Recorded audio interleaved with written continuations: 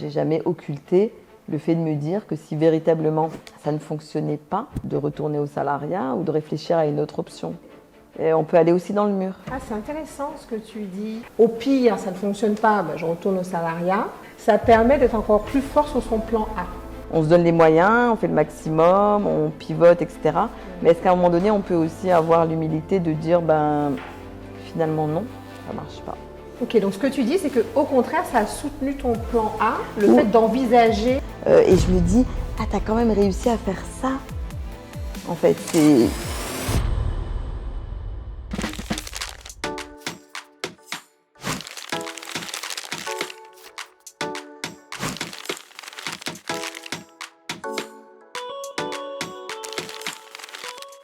Bonjour à tous, je suis ravie de vous retrouver aujourd'hui pour le podcast que je lance. Aujourd'hui, c'est la première édition. D'ailleurs, j'aurai besoin de vous parce que, comme vous voyez juste derrière, il n'y a pas encore de nom. Alors moi, je suis Dominique de Saint-Laurent, je suis Business Mindset Coach et je suis entrepreneur depuis l'âge de 22 ans. Et là, j'en ai 50. Et je me suis beaucoup réinventée et ça va être la ligne conductrice de ce podcast, c'est justement de mettre en lumière des personnes qui ont réinventé leur vie et qui ont osé embrasser une carrière là où on ne les attendait pas. Et c'est pour ça qu'aujourd'hui, je reçois avec grande joie Lydia qui va nous parler de son parcours. Et donc ce podcast, c'est un petit peu de conversation, un petit bout aussi d'introspection et puis peut-être un peu de coaching parce que je ne pourrais pas m'empêcher, Lydia, de te faire peut-être des questions un peu coaching pour t'emmener vers des horizons que tu n'aurais peut-être pas envisagés aujourd'hui. Et bonjour à tous, je suis vraiment ravie que tu m'aies invitée à cette première émission. Donc effectivement, je suis Lydia Biscry, j'ai 40 ans et j'ai entrepris il y a 2 ans. J'ai switché, j'étais salariée auparavant et je suis ravie de venir partager ici ce parcours et la raison pour laquelle aussi j'ai switché. Alors, ce qui est intéressant dans un premier temps, c'est de nous dire déjà, mais qu'est-ce que tu faisais avant d'entreprendre? Est-ce que tu peux nous dire un petit peu, quel était ton parcours au départ, en tout cas ce à quoi tu étais destinée? Alors, au départ, moi j'ai un parcours d'économiste. Alors, je précise aussi que je suis originaire du Nord, parce qu'il y a une influence aussi sur le côté ch'ti quand on arrive ensuite à Marseille. Un parcours plutôt économique, avec une spécialité en sciences politiques, donc à l'université de Lille 1, éco-gestion, et ensuite à la Sorbonne à Paris 1, plus avec cette spécialité-là. J'ai toujours été attirée par les sciences politiques et tout ce qui est fait au niveau des politiques publiques. Et donc, je me suis dit, tiens, c'est intéressant. Et j'ai intégré une collectivité qui est la métropole européenne de Lille. Et ensuite, je suis passée de l'autre côté en tant que collaboratrice d'élus. Donc, j'ai accompagné des élus dans leur prise de parole, dans les dossiers, dans également les plénières qui étaient organisées par l'exécutif. Et en 2018, en fait, je me suis dit, tiens, j'aimerais bien changer de ville, changer de vie, un nouveau départ, parce que je voyais que je n'avais pas spécialement d'évolution professionnelle. Je voyais que j'étais très famille, mais que finalement, il fallait aussi que je pense à moi, que je commence un peu à couper les liens, entre guillemets. Et donc, je me suis installée à Marseille. Alors, pourquoi Marseille déjà? Alors, pourquoi Marseille? C'est une bonne question, parce que ça va en dire sur moi. Je suis d'origine algérienne, et Marseille me fait penser beaucoup à l'Algérie. Je pense que dans ce choix-là, c'est peut-être aussi, il y a peut-être aussi un côté inconscient. Je suis venue plusieurs fois plus jeune, et la Méditerranée, le soleil, finalement, de l'autre côté de la rive, c'est l'Algérie. La semaine prochaine, je m'y rends. D'ailleurs, je vais retrouver ma famille. Je vais me ressourcer. Donc, je pense que Marseille est pour moi un bon compromis entre la France et l'Algérie. Ma culture à la fois occidentale et orientale, j'ai trouvé cet équilibre ici. Et donc, est-ce qu'il y a eu un déclic, un événement, quelque chose qui a fait que justement tu allais vers cette réflexion de changement de vie? Quel a été le déclic? Est-ce que tu te rappelles le jour précisément où tu t'es dit, là, faut qu'il y ait du changement? Oui, je me rappelle bien, et il y a quand même eu un passif avant, c'est-à-dire que lorsque j'arrive à Marseille en 2018 et que je m'installe, je prends donc mon appartement, je n'ai pas de famille, pas d'amis, pas de réseau spécifiquement, je candidate à des postes qui sont ceux que j'occupais auparavant, chargé de mission, chargé de développement économique, chef de projet, liés aux collectivités, donc liés aussi aux entreprises qui travaillent avec les collectivités. Et il s'avère qu'après plusieurs candidatures, plusieurs entretiens, malgré, on va dire, d'arriver en shortlist avec un certain nombre d'étapes, je n'ai pas été recrutée. Et donc, je me disais, mais qu'est-ce qui se passe? Qu'est-ce qui fait que je ne suis pas forcément recrutée? Et j'ai accepté un autre poste entre guillemets, par dépit, mais qui m'a correspondu. Et il y a eu cette fameuse période du Covid. Et pendant le Covid, je me suis dit, mais finalement, il y a quelque chose en moi qui bout, qui a envie de s'exprimer, de se révéler. Je suis quelqu'un qui aime beaucoup la scène, qui fait du théâtre, qui aime déconner, qui aime blaguer. Il y a quelque chose qui est chez moi attiré par tout ce qui est aussi prise de parole, la télévision, la radio.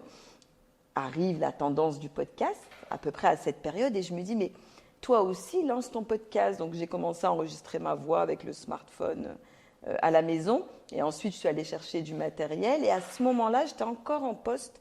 Et je me disais, je vais faire cette activité en parallèle qui me passionne. Et je vais enfin me révéler, en fait. Parce que finalement, il y avait du feu en moi, entre guillemets, du feu. Quand je dis du feu, ça veut dire qu'il y a quelque chose qui voulait sortir, mais qui, dans mon travail, ne sortait pas, en fait, parce que ça ne m'était pas forcément demandé.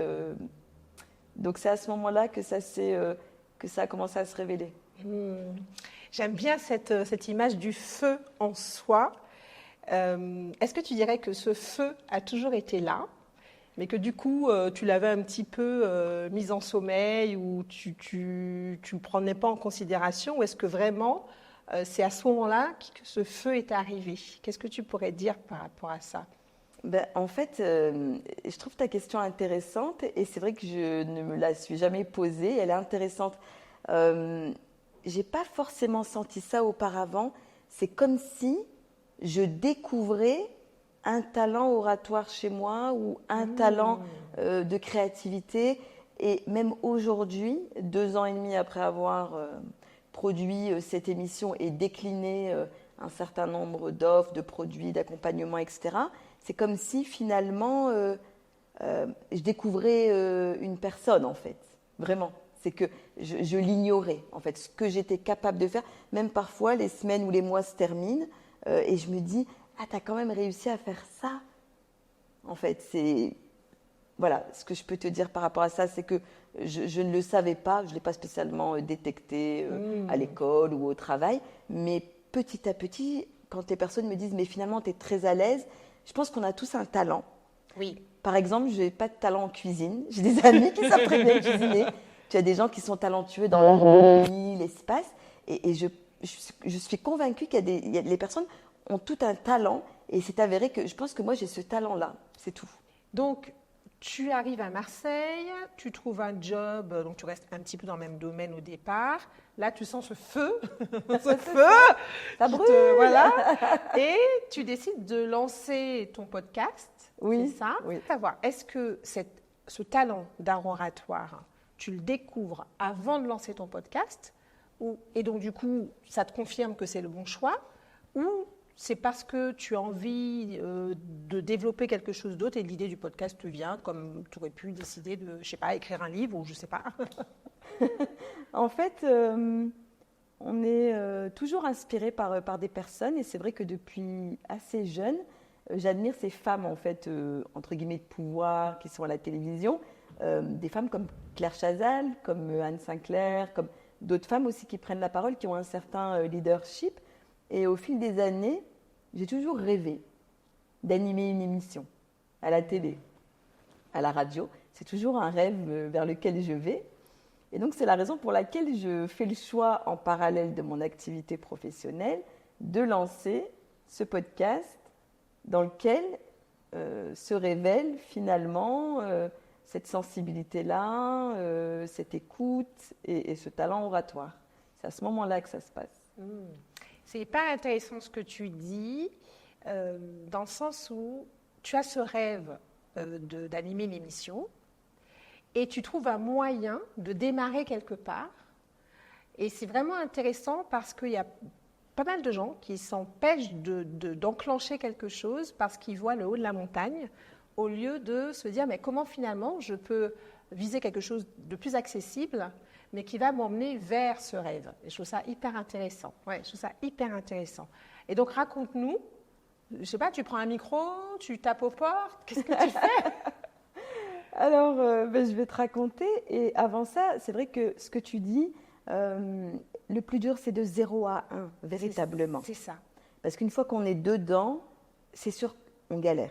C'est sûr qu'on bosse, c'est sûr qu'on échoue, on réussit. Mais le premier pas, c'est vraiment celui-là. Et d'ailleurs, soit tu le fais, soit tu le fais pas. C'est ça. C'est vraiment, donc c'est super intéressant ce que tu viens d'évoquer. Alors effectivement, donc je me rends à la Fnac pour acheter un petit micro pour enregistrer ces interviews. Et j'avais rencontré des dirigeants d'entreprise dans un premier temps. Je me disais que pour pouvoir créer mon réseau, tisser des liens, j'allais interviewer des personnalités économiques et que ça allait me permettre aussi, en fait, au travers de ces interviews, de les découvrir, de comprendre comment fonctionne le territoire, puisque avec mon parcours professionnel, si tu veux, j'analyse comment fonctionne un territoire, comment fonctionnent les politiques sur un territoire. Et donc, ça m'intéressait de comprendre aussi l'écosystème économique, finalement, quels étaient les rapports ici de pouvoir sur le territoire. Et donc là, j'identifie 2-3 dirigeants d'entreprise et je prends une feuille blanche. Et quand je te dis une feuille blanche et que j'y repense quelques années après, il y a de l'émotion. Il y a vraiment beaucoup d'émotions parce que je me dis finalement, je ne réalise pas toujours. Des fois, j'ai un peu de larmes ou quand il y a des choses qui se passent un peu, parce que je me dis finalement, d'une page blanche, j'ai posé un nom. Au départ, ça devait s'appeler Résonance pour dire finalement, on va écouter des entrepreneurs, ça va faire écho à d'autres. Et ensuite, je me suis dit, mais en fait, ambition, c'est bien. En fait. Quelle est mon ambition à moi et quelle est l'ambition de l'autre? Pourquoi il fait les choses? Est-ce qu'il fait les choses pour faire bouger les lignes? Est-ce qu'il fait les choses pour avoir une vie confortable et c'est OK? Donc, j'ai posé ça comme ça et j'ai commencé à imaginer des questions que j'allais pouvoir poser, imaginer un style, une ambiance musicale et autres. Et je me suis fait accompagner par un groupe de jeunes qui étaient dans une école d'ingénieurs en junior entreprise. Donc, ils m'ont aidé sur toute la partie technique. Et pour la petite anecdote, je sais que tu aimes les anecdotes. Oui, j'adore. La veille, en fait, où j'avais rendez-vous donc, avec le dirigeant en question qui a accepté et que j'ai remercié parce qu'après, il m'a présenté d'autres dirigeants et dirigeantes. La veille, en fait, je voulais lui envoyer un message pour annuler. En fait, je ne me sentais pas légitime et je me disais, mais finalement, tu es qui, toi, Lydia, pour pouvoir lancer ce podcast? Qui plus est, tu sais, un petit peu les sujets de je suis journaliste, je ne suis pas journaliste. Voilà, donc j'ai voulu annuler. Puis après, j'ai dit non, en fait, il faut que tu y ailles parce que ça y est, tu as avancé ça. Et je trouve que ce n'est pas correct, en fait, que tu annules. Ce n'est pas correct. Alors, tu t'es dit, ce n'est pas correct d'annuler. C'est la seule chose que tu t'es dite pour te donner justement cet élan? Ce n'est pas la seule chose que je me suis dite. Non, je me suis dit... tu dois y aller et tu dois voir ce qui s'y passe. Il faut que tu te confrontes, que tu fasses aussi ce que toi tu as envie de faire parce que les années passent. J'avais donc 37 ans. C'était en juillet 2021 que j'ai lancé le podcast à cette même période, donc juillet. Et donc je me suis dit, c'est marrant, mais je me suis dit dans 3 ans, tu as 40 ans. En fait, à 40 ans, tu ne vas pas dire « Ah, mais je voulais entreprendre, je ne l'ai pas fait. Ah, mais je voulais lancer un podcast, mais je ne l'ai pas fait.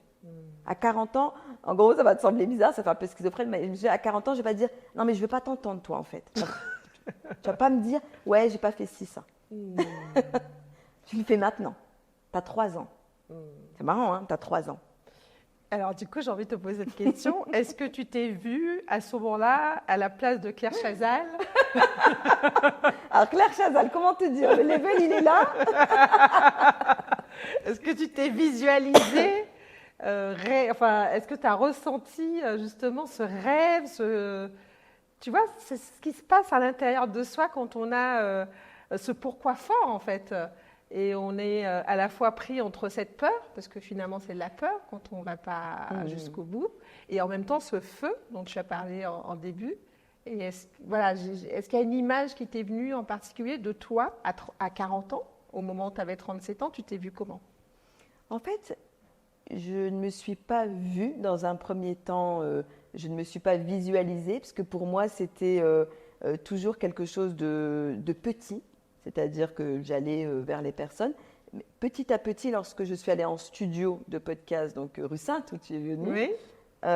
petit à petit, je me suis dit, mais finalement, j'ai développé cette émission, je vais proposer à des radios ou à la télé d'intervenir comme chroniqueuse ou comme, comme animatrice télé ou radio, parce que je n'ai pas le parcours ou la carte de journalisme, en tout cas pas encore, c'est peut-être en projet. Et ensuite, passer en studio de podcast filmé, où là, ça a été filmé, je me suis dit, mais finalement, lorsque je me vois, je me dis finalement, tu veux aller jusque-là, mais tu y es déjà. Alors oui, certes, c'est pas TF1, c'est pas France 2, mais finalement, tu es en train de réaliser ce que tu rêvais de réaliser, c'est-à-dire de pouvoir en fait vivre d'une activité qui te passionne, à savoir aller à la rencontre de gens qui vont te raconter leur parcours, que tu vas écouter, qui vont participer à cette émission. Et derrière, pour certains, qui m'ont confié l'animation de leur événement, qui m'ont confié la production de leurs médias. Donc, quelque part aussi, puisqu'on parle business dans ton émission, Bien sûr. c'est une première porte d'entrée, l'émission Ambition. Parce que derrière, il y a toute la déclinaison de ce que Vox, mon agence, peut proposer. Et j'ai envie de te demander aussi, quand tu as rencontré ce dirigeant, qu'est-ce qui a fait qu'il a accepté de se prêter au jeu de ton micro? Ah, bah écoute, il faudrait que je lui pose la question. Parce qu'il aurait pu. Enfin, qu'est-ce qui fait qu'il t'est. Finalement, pourquoi il t'a dit oui à toi? Ben, je pense qu'il s'est senti à l'aise et qu'il a eu confiance. On a eu des premiers échanges. Il a senti, je pense, que j'étais quelqu'un de sérieuse et de bosseuse. Puisqu'en l'occurrence, à l'époque, lui, il ne répondait pas forcément aux interviews de tous les médias, quoi. Mais moi, j'étais un podcast qui naissait comme ça. Et je t'avoue que ça a été quand même pour moi quelque chose qui m'a conforté, qui m'a fait beaucoup de bien, qui me fasse confiance. Eh oui, eh oui, c'était pour un démarrage hyper porteur pour toi. Tout à fait, Ouais. ouais. Ouais. Donc là, tu démarres ton podcast et donc revenons sur le côté business, puisque au début, c'est peut-être pas, puisque tu es en double activité, si j'ai bien compris. Oui, c'est ça, je suis en double activité. Et lorsque je lance ce podcast, pour tout te dire, puisque de toute façon, c'est bien d'être transparent, lorsque je communiquais dessus sur les réseaux sociaux et autres, c'était confus. Les gens ne comprenaient pas forcément. D'ailleurs, ok, tu as un podcast, mais comment ça se passe? C'est gratuit? Comment je fais pour venir, etc. Et j'essayais de proposer donc l'animation d'événements professionnels et de me dire, tiens, j'ai rencontré une personne qui est dans la vidéo, pourquoi pas proposer ça? Et je cheminais comme ça. Sauf que ça demandait plus de stratégie, une communication ciblée, un positionnement stratégique. Et là, donc, je rencontre Nathalie, donc celle qui m'a accompagnée sur la partie stratégique, positionnement stratégique, et avec laquelle, en fait, finalement, on a créé des packages, on a créé des offres marketées et positionnées. C'est-à-dire que Vox, en fait, finalement, c'est dire de prendre la parole pour compter sur un territoire et de dire aux personnes qui sont dans le bois, quelque part, que eux aussi, ils ont le droit à cette prise de parole parce que j'ai constaté qu'on entend et on voit toujours les mêmes dans les médias. Et donc là, je dis, mais toi aussi, tu as le droit de prendre la parole. Donc c'est là qu'a commencé à vraiment exister mes propositions, mes offres, avec des pivots réguliers, avec des doutes, avec à une reprise, 2 reprises, 3 reprises, l'envie de tout bazarder. Ça, c'est normal. Jusque-là, tout est normal. Voilà, de la fatigue, de l'épuisement, des doutes. Et voilà, c'est trop dur, je ne vais pas y arriver, etc. Donc je t'avoue que le fait d'avoir eu une coach quelque part et quelqu'un qui m'accompagne, pour moi, c'était fondamental. Et je pense que tout entrepreneur doit être mentoré véritablement. Je vois que tu as eu des très bons réflexes dès le départ parce que tu nous as dit, tu t'es fait accompagner au niveau technique, c'était une de mes questions et tu y as répondu avant même que je pose la question, par des jeunes qui t'ont accompagné à monter le podcast et après tu t'es fait accompagner au niveau stratégique Donc, c'est marrant d'avoir eu ces réflexes. Est-ce que tu avais déjà des entrepreneurs dans ta famille? Comment ça se fait que tu aies eu ces réflexes? En fait, je pense que ça a été de la lucidité de ma part parce que dans ma famille, il n'y a pas d'entrepreneur, sauf un de mes oncles qui a entrepris dans le domaine immobilier, marchand de biens dans le Nord. C'est que j'ai constaté assez rapidement en côtoyant un certain nombre de réseaux professionnels que si je n'étais pas accompagnée ou que je n'investissais pas, il y avait de fortes chances que je stagne en fait. Parce que pour pouvoir vendre mes offres, il fallait une stratégie commerciale. Pour pouvoir communiquer sur mon activité, ce n'était pas moi qui allais le faire parce que je peux faire une publication, mais quel est le message? Quel est le positionnement? C'est un autre métier.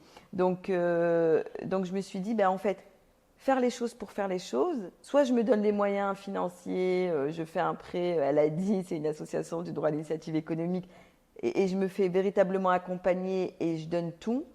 Soit il y a de fortes chances que ça prenne plusieurs années. Et moi, je suis quelqu'un qui aime aller vite.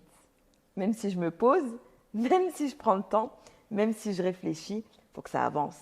Chaque semaine, il faut que ça avance. Chaque mois, il faut que ça avance. Il faut des nouveaux contrats, des nouveaux clients, des nouveaux challenges. Voilà. Et quand est-ce que tu bascules complètement à 100% dans ce monde de l'entrepreneuriat? Alors, à 100%, donc, juillet, je lance le podcast, août, c'est un peu les vacances, septembre, je réfléchis à me dire l'activité, et puis il y a des balbutiements, donc je communique, j'explique un petit peu ce que je fais. Les gens disent, on ne comprend pas trop, c'est confus, mince, c'est confus. Décembre, janvier, j'y matricule, donc je démarre en janvier 2022. D'accord. Et donc là, tu lâches ton job? Oui. Là, en fait, j'étais en CDD. D'accord. Et donc, je dis à ma responsable, voilà, je ne vais pas poursuivre, j'ai un projet. Elle m'a encouragée, ça s'est bien passé, mais j'étais en CDD. Ok, donc tu lâches ton salaire? Oui. D'accord. Donc, je lâche ma sécurité financière. Voilà, tu lâches ta sécurité financière. Et là, ça se passe comment? Enfin, est-ce que tu peux nous parler un peu de cette insécurité, quelque part, qu'on peut vivre, qu'on peut ressentir à ce moment-là? Oui, en fait, c'est vrai que quand on n'a pas un salaire qui tombe tous les mois, on n'est pas forcément hyper rassuré. Ça fait beaucoup d'angoisse, parce qu'il y a un manque de visibilité. On ne sait pas finalement, est-ce que ça va aller le mois d'après, quand il y a des retards un peu aussi de paiement. Voilà. Donc, je dirais, c'est pas confortable du tout. C'est flippant. Et après, j'ai le sentiment qu'on commence un petit peu à s'y habituer, même si c'est pas confort. C'est-à-dire de dire, ok, ouais, là c'est tendu, c'est ric-rac, mais tu sais aussi pourquoi tu fais les choses, puisque là tu prends un step sur tel et tel sujet. Après, j'ai jamais occulté le fait de me dire que si véritablement ça ne fonctionnait pas, de retourner au salariat ou de réfléchir à une autre option. Je ne l'ai jamais occulté parce que je pense que si on occulte le fait de se dire il y a une autre possibilité, on peut aller aussi dans le mur en ayant une entreprise en fait, en ayant une activité d'indépendant. On se donne les moyens, on fait le maximum, on pivote, etc. Mais est-ce qu'à un moment donné, on peut aussi avoir l'humilité de dire finalement non, ça ne marche pas. Ah, c'est intéressant ce que tu dis.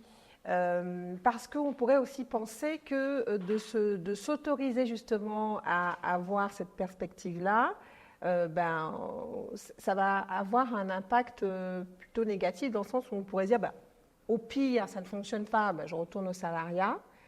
J'aurais tendance à dire que de ne pas s'autoriser un plan B, ça permet d'être encore plus fort sur son plan A. Oui, je vois ce que tu veux dire, je partage, mais ça ne m'a pas empêché, en ayant un plan B, de dévouer corps et âme. Donc ce que tu dis, c'est qu'au contraire, ça a soutenu ton plan A, le fait d'envisager… Oui, voilà, D'accord. C'est-à-dire que même si c'est inconfortable, même si ce n'est pas sécure, je veux aller jusqu'au bout des choses, parce que je suis jusqu'au boutiste. Et de me dire véritablement quelle est la pire chose, entre guillemets, c'est de redevenir salarié. Ce n'est pas ce que j'envisage pour moi, ce n'est pas ce que je souhaite. Mais pour moi, me dire finalement, ok, qu'est-ce qui peut se passer? tu es à zéro ou tu es à moins, et tu peux plus, tu peux plus. Donc, je me laisse guider par mon feu intérieur. Je commence quelque part, même si j'ai un rêve qui est beaucoup plus grand, mais du coup, je trouve une solution pour y aller. Je me fais accompagner sur le plan technique, stratégique. Et maintenant, sur le plan purement business, qu'est-ce que tu as mis en place? Parce qu'une entreprise est soutenue par un business plan, notamment. Est-ce que c'est une démarche que tu as eue d'établir un business plan, d'accompagner d'un expert comptable que tu auras bien choisi? Enfin voilà, sur cet aspect-là, qu'est-ce que tu as mis en place? Oui, effectivement, un modèle économique, un tableau prévisionnel, alors avec tout ce que ça comporte, on le sait, un plan de trésor et avec des objectifs en fait, véritablement par mois, de se dire il faut que ce mois-ci je puisse vendre telle et telle chose. Donc il y a quand même une projection sur 2 ans, 3 ans, effectivement. Je pense que c'est indispensable, sinon finalement je naviguerai à vue. Exactement. Voilà. Et donc, et ce que j'ai constaté aussi, c'est que quand je mène mes actions, par exemple business, donc de prospection, j'ai des retombées. Et dès lors que je ne les mène pas, parce que je suis en production pour les clients, par exemple, ou que je suis trop dehors, parce que des fois, je fais des événements réseau, tout ça, et qui ne sont peut-être pas forcément toujours une retombée, je le vois directement, je le constate. Dès que les actions ne sont pas menées ou menées au même niveau, il n'y a pas les résultats en face. Donc, et c'est vraiment ce challenge, c'est d'avoir cet équilibre entre, comme tu dis, la prospection, la production et aussi la vie personnelle. Oui, on y vient à la vie personnelle. Voilà, c'est là où on peut s'oublier, c'est un peu le piège de certains entrepreneurs. Qu'est-ce que tu peux nous dire là-dessus? Comment tu as réussi comment cette nouvelle casquette, elle s'est inscrite dans ta vie personnelle? Tu ne vas pas être ravie, je pense, de ma réponse.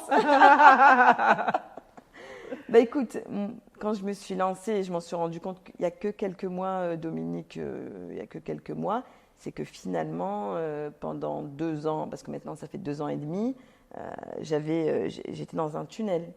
C'est-à-dire que j'étais comme quelqu'un d'autiste finalement, puisque je n'avais pas je répondais pas aux appels extérieurs de mes amis qui me contactaient j'étais très préoccupée surtout par ces sujets, c'était la priorité. D'ailleurs, je le regrette un petit peu parce que j'ai mis de côté le sport. Alors, je ne sais pas comment j'ai fait pour tenir pendant 2 ans comme ça. Bon, j'ai continué me randonner quand même, aller à la mer, me balader et maintenir quand même le théâtre le lundi soir parce que je prends des cours de théâtre et je monte des pièces avec donc les personnes du théâtre. Enfin, on a notre prof, bien sûr, pas monter, mais participer aux pièces. Je trouve que ma vie perso, je n'en ai pas eu, véritablement. Et si c'était à refaire, qu'est-ce que tu ferais différemment? Écoute, moi, je vais te dire quelque chose. Peut-être que tu sauras me répondre, mais quand on dit finalement, tu poses à ton agenda les choses qui sont pour toi ou pour ton activité. C'est-à-dire que tous les matins, tu te mets par exemple prospection. Moi, ce n'est pas quelque chose que j'ai fait et je me demande si je l'avais fait, est-ce que je m'y serais tenue? Parce que si je mets séance de sport, alors que je sais très bien que ça me fait du bien, pourquoi je n'y vais pas? C'est au-delà de la fainéantise. Je ne sais pas si tu vois ce que je veux dire. C'est-à-dire à quel moment je prends du temps pour moi. Ok, donc là, il faut qu'on travaille ensemble, Lydia, sur ce sujet. Oui, voilà. Parce que l'équilibre pro-perso, il y a une prise de conscience récente, donc il y a des choses que j'ajuste, mais je pouvais sacrifier tout le perso pour le pro. Alors que la vision vraiment, en tout cas ce que moi j'essaye de faire passer aux personnes que j'accompagne, c'est que l'entreprise doit soutenir qui on est qui on est vraiment, et aussi sa vie personnelle. Ça va être vraiment un véhicule d'épanouissement, aussi bien au niveau professionnel, mais aussi au niveau personnel. Et ça, c'est quelque chose où, quelquefois, on ne s'autorise pas parce que peur de ne pas réussir, peur de manquer, peur de rater des clients. Et c'est réellement là où on peut se brûler les ailes. C'est quand on n'a pas cette prise de conscience que tu as eue. Donc ça, c'est super, parce que du coup, tu vas faire autrement. C'est simplement que tu es déjà en train de réajuster. Oui. Parce que c'est absolument indispensable pour emmener son entreprise très loin. Oui, et je suis convaincue, sinon on finit pas très en forme. D'ailleurs, quand je te dis ça, je pense notamment à Delphine que j'accompagne dans le cadre du programme de Business Bombas Academy, qui avait vraiment, donc c'est une créatrice de bijoux, qui avait vraiment du mal à gérer cet équilibre avec en plus des enfants. Et aujourd'hui, c'est une autre femme. C'est parce que il faut un déclic, parce que c'est pas naturel. Et une fois que tu as le déclic et que tu passes à l'action, et c'est ce que moi je permets aux femmes que j'accompagne de faire, et bien en fait on se dit mais pourquoi je ne l'ai pas fait avant? Oui, j'imagine. C'est intéressant effectivement parce que je ne voudrais pas du tout, mais vraiment pas du tout, attendre une catastrophe en fait. Parce que parfois il arrive des choses terribles, des pathologies qui se déclenchent, et on le sait très bien, parce qu'il y a une montée de stress ou parce qu'il y a trop de déséquilibre. Je pense qu'il ne faudrait pas attendre voilà, des mauvaises choses. C'est intéressant. Complètement. Et en plus, je dirais même que plus... Et alors, je te dis ça, mais moi-même, hein, j'ai fait l'erreur, évidemment. En 2018, j'étais au bord du burn-out. Donc, tu avais trop tiré sur la corde. J'avais trop tiré sur la corde. C'est d'ailleurs pour ça que j'ai décidé de me réinventer à ce moment-là, parce que j'ai fait que bosser. Et en 2018, j'ai dit stop. Donc, j'ai recommencé à mettre du sport, voir des amis, avoir une vie sociale, penser à soi. Je me suis fait accompagner pour ça. Et je me suis rendu compte que plus on est détaché, plus on prend du temps pour soi, plus finalement le business arrive à soi et les choses se font naturellement. C'est incroyable. C'est-à-dire plus on est magnétique en fait et plus les choses sont fluides. Et ça, je veux que toutes les femmes, elles comprennent ça. C'est une forme de lâcher prise en fait, finalement. Mais complètement. Et donc énergétiquement, ça passe mieux les canaux. Ah non, mais c'est ça. C'est-à-dire que ce sur quoi tu résistes persiste. Donc quand tu résistes à ce lâcher prise, en fait finalement c'est la spirale des choses. Et quand tu parles, alors il ne s'agit pas d'aller jusqu'à en effet tomber malade. Moi j'en étais pas là, fort heureusement, mais ça peut. Donc c'est important de l'évoquer. Et ça, c'est quelque chose qui s'apprend, vraiment. Dis-moi, Lydia, par rapport, est-ce que ça te dirait de nous parler de tes croyances limitantes, des choses qui ont pu te bloquer à un moment donné, ou peut-être qui te bloquent encore, parce que des croyances, on en a tout le temps, en fait. Oui, je pense que des croyances, on en a. Eh bien déjà, par rapport à notre foyer familial, la manière dont on a évolué, dont on a été éduqué. Et je pense d'ailleurs que, quelle que soit l'origine, le statut social, il y a quand même des choses, je ne sais pas si tu t'en rends compte, qui reviennent, par exemple, en tout cas peut-être que pour toi non, mais travailler dur pour gagner sa vie, mériter l'argent qu'on gagne. Et finalement, quand on évolue avec ça, en tout cas, nous, nos parents, dans leur éducation, et on a eu une éducation qui était vraiment très portée sur le travail, sur la force travail et sur le fait de se sécuriser aussi. C'était CDI, tu achètes l'appartement ou une maison pour te sécuriser, etc. Et autre chose, c'était pas un sujet. Donc, ce conditionnement-là, je pense que il a pas, ça a été quand même quelque chose qui n'a pas été évident dans ma démarche entrepreneuriale en tout cas. C'est-à-dire de me dire à un moment donné, si en fait on peut vivre autrement finalement. Donc c'était quoi les croyances? Ça doit être dur. Est-ce que tu peux nous donner un peu de détails? En fait, oui, par rapport aux croyances, c'était que finalement pour pouvoir réussir, bien gagner sa vie, il fallait vraiment travailler dur, quoi. Il fallait mériter cet argent, voilà. Donc, cette notion de sacrifice un petit peu? Exactement. Je connais bien. Je connais bien. Tu connais bien? C'est souvent ce qui revient quand je suis en accompagnement. C'est vraiment ce qui revient. Ça doit être dur. Alors, il y a cette notion de finalement, je ne mérite pas. Parce que quand c'est accessible, le pendant de ça, c'est se dire, en fait, non, je ne mérite pas. Et donc, je m'auto-sabote. Parce que comme ça a été trop facile, entre guillemets, même si rien n'est facile, je m'auto-sabote. Est-ce que ça te parle, ça, le fait de dire J'ai des mécanismes, je me suis un petit peu soignée depuis, des mécanismes d'auto-sabotage où effectivement, j'arrivais à décrocher des rendez-vous très intéressants avec des entreprises privées ou publiques et où je me retrouvais finalement à gâcher le rendez-vous et je me suis interrogée sur le fait de s'autoriser à mériter, etc., etc. Donc, ce mécanisme d'auto-sabotage, je le connais. Donc, pour le soigner, il faut faire un gros travail sur Et soi. oui, parce que souvent, il y a un amalgame entre estime de soi et confiance en soi. Et là, on parle plus d'estime de soi, le fait de « je ne suis pas assez ». Et ça, c'est vraiment un travail important à faire. C'est pour moi vraiment le socle, les fondations de la réussite, c'est l'estime de soi. Et puis ensuite, la confiance en soi, c'est « je suis capable de ». Et c'est quelque chose à travailler. Je suppose que donc tu as dû le travailler et tu le travailles encore parce qu'on travaille toute notre vie. C'est ça qui est bien. Et donc, à part ça, qu'est-ce que tu as eu comme croyance limitante? Alors, comme autre croyance limitante que j'ai eue, c'est la relation à l'argent, finalement. Lorsque je suis issue d'une famille modeste, Oui. on a manqué de rien, on a été scolarisé, on a voyagé, pas de souci, mais ça reste une famille modeste. Je n'arrive pas forcément à me projeter dans quelque chose qui est vraiment abondant, en fait. D'accord. Tu vois ce que je veux dire? Finalement, c'est quoi une vie confortable, très confortable? Oui, tu vois? d'accord. Après, quelle est la raison pour laquelle je fais les choses ou quelle est la raison pour laquelle on fait les choses? Qu'est-ce qui est le plus important? Est-ce que c'est que je gagne très très bien ma vie aux dépens d'eux, en dépit d'eux, pardon? Alors là, c'est une croyance. Ouais. Je gagne très très bien ma vie aux dépens d'eux. C'est la croyance que si je gagne bien ma vie, je vais devoir renoncer à autre chose. Et ça, c'est quelque chose que je retrouve tout le temps. C'est tout le temps le « ou ». Soit je gagne beaucoup d'argent et du coup, je ne suis pas heureuse en amour, par exemple. Alors qu'il peut y avoir le « et » en fait. Exactement. Le « et ». Je gagne très bien ma vie et en plus, j'ai une vie amoureuse et relationnelle équilibrée. Donc ça, je t'invite à le répéter. Je vais le répéter.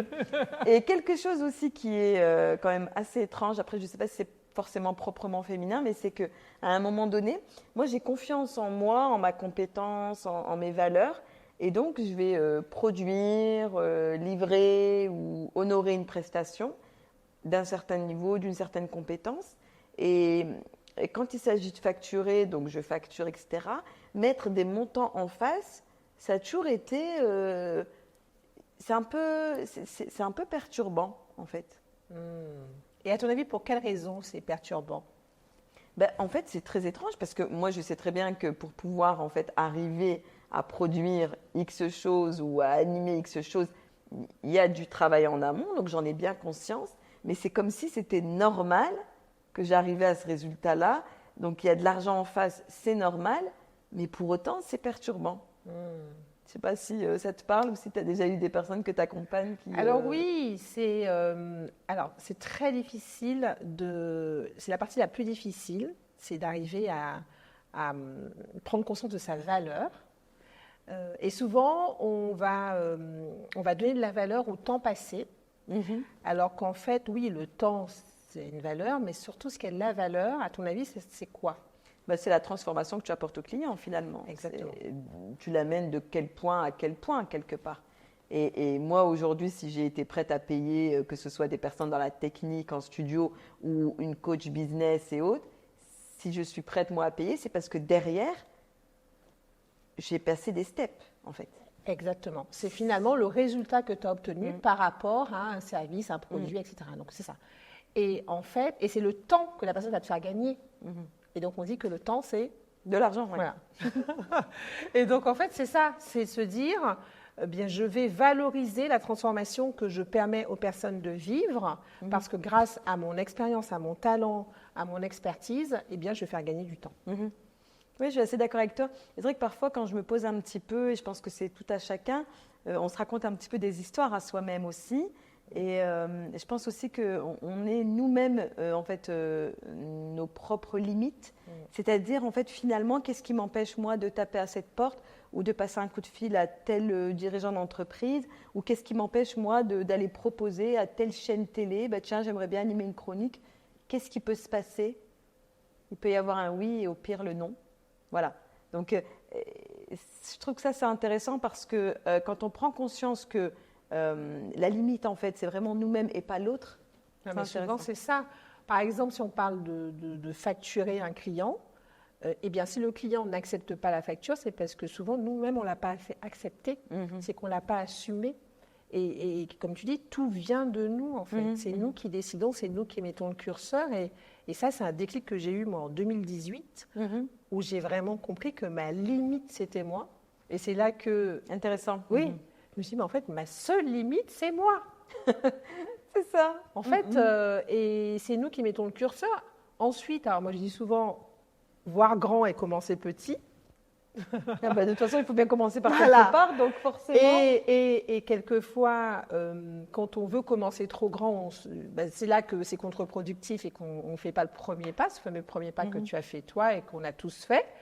Et c'est là où, en fait, se dire, voilà, ma limite, c'est moi. Maintenant, par quoi je commence? Comment j'arrive plus vite? Et donc là, ça passe par l'accompagnement, parce que je suis intimement convaincue que, de toute façon, on ne peut pas arriver à ses fins sans se faire accompagner, que ce soit de coach, que ce soit de partenaire, que ce soit de collaborateur. Je suis complètement d'accord. De toute façon, la réussite, elle ne peut pas être seule, Non. dans tous les cas. Et la réussite appartient aux gens qui savent bien s'accompagner, parce que aussi, mal choisir les personnes avec qui on travaille, ça peut être contre-productif. Et justement, dans ton équipe, aujourd'hui, t'en es où? Tu t'es un petit peu, t'as un peu staffé? Comment tu t'as évolué? Oui, alors en fait, j'ai une équipe, ce sont des indépendants, mais c'est une équipe avec laquelle je collabore régulièrement. Donc une personne en studio, donc rue Sainte, où tu es venue, et donc ils ont développé une partie studio filmée.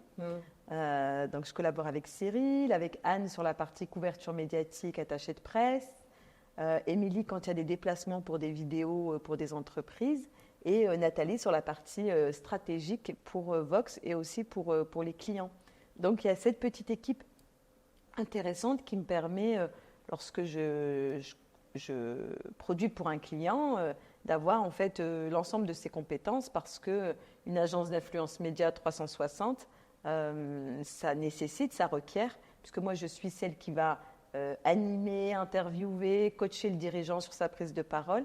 Mais à côté de ça, j'ai besoin de ces fonctions-là qui, eux, vont produire et livrer des choses qui sont plus techniques. Et comment tu les choisis, ces personnes?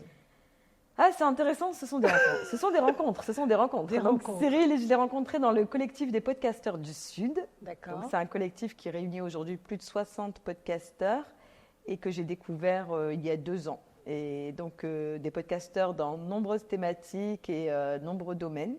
Du coup, on s'échange des bons tips, on se retrouve autour d'un verre, on mène des actions.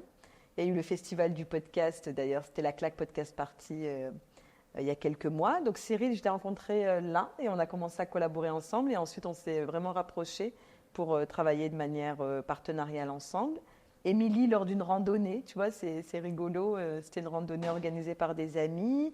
Anne, au Club de la Presse, donc ça c'est une rencontre au Club de la Presse. Et Nathalie, je l'avais interviewée pour le podcast Ambition à ses débuts. D'accord. Voilà, je l'avais sélectionnée parmi les premiers invités. Donc ça veut dire que tu les as rencontrés, ça t'a donné l'idée de travailler avec eux, tu avais un besoin et il se trouve que ces personnes sont arrivées sur ton chemin. Alors en fait, je les ai rencontrés et j'avais ces besoins-là. C'est-à-dire qu'en fait, je réfléchissais avec qui collaborer dans le podcast, dans la vidéo, mais d'un très bon niveau, parce que je savais que j'allais m'adresser à des entreprises et que je ne pouvais pas rester à fabriquer de manière artisanale. Et c'est vrai que je ne te cache pas que, par exemple, là, dernièrement, j'ai produit une émission de podcast pour One Provence, c'est une agence d'attractivité. Le fait de venir en studio, le fait que tout soit fait sur place et que moi, ça me donne cette aisance aussi de pouvoir mettre à l'aise, interviewer et ne pas m'occuper de la technique, et que dans la journée, voire le lendemain, c'est livré, c'est bien. Tu vois, ça veut dire qu'il y a un process qui est mis en place, ça tourne. Donc, c'est moi qui avais ce besoin-là de me professionnaliser, et les rencontres se sont faites à ce moment-là, a priori. Pareil, au départ, production audiovisuelle, j'étais dans la production de podcasts vidéo et l'animation, et ensuite j'ai dit, tiens, là le client il me dit, mais nous on a besoin un peu de couverture médiatique, ok, je prends une attachée de presse. Elle va faire la partie couverture médiatique pour le client. Comme ça, je le verrouille. Il ne va pas aller chercher une agence de presse, tu vois. Ah oui, donc tu as enrichi ton offre au fur et à mesure des rencontres aussi de tes clients, des opportunités. Tout à fait, et ça, voilà. c'est quelque chose aussi qui est très important, en effet. Je pense qu'aujourd'hui, quel que soit le domaine dans lequel on évolue, c'est vraiment important d'avoir cette agilité. Et puis aussi d'avoir cette vision à 360. Parce que je pense que les gens, ils aiment le tout en main, le clé en main. C'est ce que je fais dans mes différents business. Et je vois vraiment que c'est la façon de faire pour vraiment s'adapter aux clients, apporter la solution sur mesure, aller se staffer au fur et à mesure des besoins. Ouais, non, c'est très intéressant. Après, il y a un dénominateur commun qui est la prise de parole stratégique, les messages que l'on souhaite délivrer, puisqu'on conçoit la prise de parole du dirigeant, des collaborateurs, mais qui vraiment on est sur cet axe-là, qui va se décliner. C'est-à-dire que comment vous, aujourd'hui, vous avez envie de prendre la parole, de quelle manière, avec un événement en invitant vos clients, avec de la couverture médiatique, et ça reste dans ce champ-là, tu vois, de la prise de parole. Donc, tu pars de ton petit magnétophone, enfin, je fais exprès. Hein. Non, mais tu peux, parce que la dernière fois, je suis retombée dessus dans mon placard. Oui, ça m'a fait beaucoup d'émotions, Dominique, et je l'ai retrouvé. Tu as raison, il était là, il avait plus ses piles dedans, tu vois. Et j'ai dit, mais le chemin, tu vois. C'est formidable. C'est important de regarder le rétroviseur. Ah oui, vraiment. Très important. En tout cas, de ne pas le perdre de vue, en fait, de le garder en tête, de jamais oublier d'où on part. Et quelquefois, les échecs permettent aussi de garder cette humilité. Et justement, est-ce que tu peux nous parler de tes échecs? Parce que souvent, ou en tout cas tes épreuves, déceptions que tu as connues sur le chemin. Alors, des échecs, je réfléchis. J'en ai forcément eu, effectivement, J'essaye de m'en rappeler un petit peu. J'ai essayé de collaborer avec une personne avec qui ça n'a pas forcément fonctionné. J'ai essayé de développer une offre qui se distinguait, ça n'a pas forcément marché. Donc voilà, il y a eu aussi des choses qui ont été proposées, suggérées. J'en étais convaincue et pour autant, ce n'est pas ce qui était attendu. Qu'est-ce qu'il y a eu d'autre? Après, c'est vrai que c'est court encore. Alors, Lydia, excuse-moi de te couper, mais un échec, c'est quelque chose qui doit sortir tout de suite. Est-ce qu'il y a un truc qui t'a marqué? Alors, peut-être que tu n'as pas envie d'en parler, peut-être que voilà, mais en tout cas, quand il y a dans un parcours, est-ce qu'on a souvent des choses qui, en plus, au moment où on les vit, on en fait une montagne, parce que c'est notre fenêtre, c'est notre façon de lire les choses, alors qu'en réalité, avec le recul, on se dit, mais au moment où on les vit, c'est vraiment très compliqué. En fait, si tu veux, c'est pas question de ne pas vouloir parler d'un échec en tant que tel. Peut-être que je peux te parler de déception ou de désillusion, tu vois. Parce qu'un échec en tant que tel, ce que je peux te dire, c'est que j'ai tenté des offres, des produits et des services qui n'ont pas donné suite. Donc ça, c'est un échec, tu vois. Mais en l'état, depuis 2 ans et demi, j'ai pas eu un échec. Tu vois ce que je veux dire? J'ai eu plusieurs échecs de ce que je viens de t'évoquer là, des choses qui ont capoté. Est-ce qu'il y a quelque chose, une déception qui t'a particulièrement marqué, ou t'en as, pour dire les mots, t'en as chié, où tu t'es dit, où ça a un peu remis en question tes choix, ou tu as douté. Voilà. Est-ce qu'il y a quelque chose que tu as envie de nous partager par rapport à ça? Et peut-être quelles leçons t'en as tirées? Parce que ce qui est formidable, c'est qu'en général, ça nous fait grandir. Oui, alors pas forcément douter, mais être un petit peu en colère ou un petit peu frustrée ou pas se sentir comprise quand parfois des personnes te renvoient quelque chose de l'ordre de mais c'est vite fait en fait ce que tu fais. Animer une table ronde, ça te prend 1 heure, donc ça ne doit pas coûter tant. Et en fait, le fait d'expliquer, certains le comprennent, d'autres non, que animer une table ronde avec 4-5 dirigeants, une autre table avec des élus, etc., ça nécessite des heures de travail, de réflexion, d'investigation, d'arriver en fait avec des questions stratégiques. Ça, c'est des choses qui ont pu, moi en tout cas, me toucher. D'accord, parce que tu avais l'impression de ne pas être comprise, que finalement on banalisait ton travail. Oui, c'est déjà arrivé à quelques reprises. Ouais. Après, pas de manière méchante, si tu veux, mais je pense que c'est aussi peut-être dans d'autres métiers valables. Quand tu arrives comme ça à un événement que tu animes, d'accord, derrière, il y a vraiment eu beaucoup de travail, sauf que l'on voit le moment précis. Donc en fait, ton travail, c'est l'heure que tu as passée à la table ronde. Non.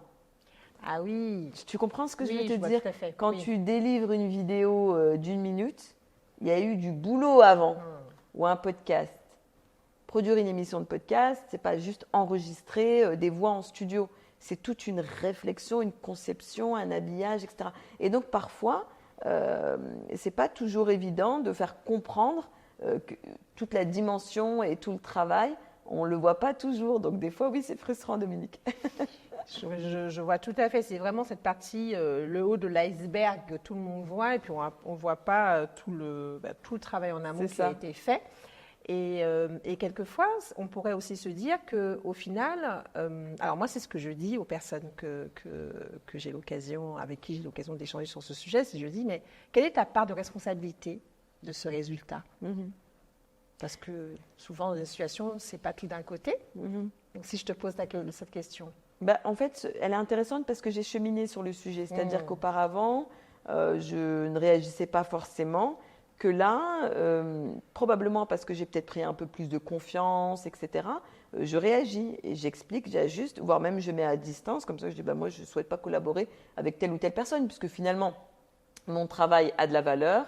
Je sais que c'est d'un très bon niveau. Donc, OK, si en face, ce n'est pas reconnu, je préfère du coup, tu vois, pas donner suite. Et dernièrement, j'ai eu quelqu'un qui m'a dit, est-ce que tu peux me faire un devis sur ci, ça? Je dis, non, je le ferai pas, parce que je sais derrière ce qu'il y aura. Donc il y a une question de ciblage aussi. Peut-être que quand on évolue, on cible mieux, parce que quelquefois, on a un résultat qui ne va pas dans notre sens, parce qu'on ne s'est pas adressé à la bonne personne, en fait. Oui, complètement. Ça. Et je pense véritablement, et c'est vrai qu'on en discutait avec des personnes de mon entourage aussi, des entrepreneuses, qu'il faut vraiment faire un travail sur soi pour vraiment bien s'estimer, avoir conscience de sa valeur, parce que sinon, il y a de fortes chances qu'en face, les gens ne te respectent pas forcément. Alors que s'ils sentent la confiance et l'assurance, parce que moi, quand j'ai démarré, forcément, je démarre dans un domaine nouveau, je démarre dans l'entrepreneuriat, je démarre dans le podcast, etc. Voilà. Et plus les choses se confirment, se confortent, plus je prends de l'assurance, et plus en face, les gens n'osent pas, en fait, finalement. Tu vois. Donc, c'est intéressant ce que tu évoques, parce que je pense que c'est un cheminement. Et s'il y avait un message à faire passer, c'est celui-là. C'est de dire, vraiment, sois bien conscient de ta valeur, parce que sinon, c'est même pas la peine. Et oui, sa valeur, son pourquoi, sa vision sont des choses importantes. Moi, vraiment, je commence mes accompagnements par ça, parce que c'est le socle, savoir où on va, ce qu'on veut, ce qu'on vaut. C'est pourquoi vraiment on fait important. les choses. Et puis ensuite, après, le service et le produit qu'on propose, c'est le positionnement, la cible. Donc ça, ce sont des choses vraiment primordiales. Avec qui on a envie de travailler, avec qui on n'a pas envie de travailler. Voilà, mais c'est au-delà important. de l'envie, c'est ce que je propose, ça s'adresse à qui? Il y a ce côté envie, mais tu peux avoir des gens avec qui tu n'as pas envie de travailler, mais qui correspondent parfaitement à ta cible, quelque part. Donc après, quand tu as le luxe de te dire, je choisis vraiment par rapport à mes affinités. Mais c'est vrai que déjà, quand tu arrives à faire ça, c'est que tu as fait le premier job, qui est de savoir à qui tu t'adresses précisément. Et ça, c'est vraiment le plus difficile. Et comme tu disais tout à l'heure, ça chemine parce que tu peux aussi changer d'orientation, te rends compte que finalement, ce que tu as démarré au départ, c'était politiquement correct et qu'en fait, ça te correspond moins. C'est ça qui est hyper intéressant aussi, je trouve, dans l'entrepreneuriat, c'est qu'on évolue avec son entreprise. Oui, tout à fait. Et le plus difficile, c'est d'accepter de renoncer. Parce qu'on doit renoncer quelquefois à une partie de notre clientèle, parce qu'on évolue différemment et que si tu parles à tout le monde, tu parles à personne. Et donc, il faut savoir renoncer et accepter le fait d'évoluer. Donc, j'ai hâte de voir où va aller la Vox Academy. C'est la Vox Academy? Enfin, la Vox dis-nous Academy, un petit peu, dis-nous. Oui. Voilà, tout est... En fait, si tu veux, Vox, donc c'est la voix en latin. Oui. Voilà, donc la Vox. Donc Vox, c'est une agence d'influence média, donc 360, où on conçoit la prise de parole, comme je te le disais, des dirigeants, de leurs collaborateurs, en s'appuyant sur des formats, podcasts, vidéos, animations d'événements. Et la Vox Academy, c'est des ateliers de formation pour former les entrepreneurs à leur prise de parole. Mmh. Voilà. Super.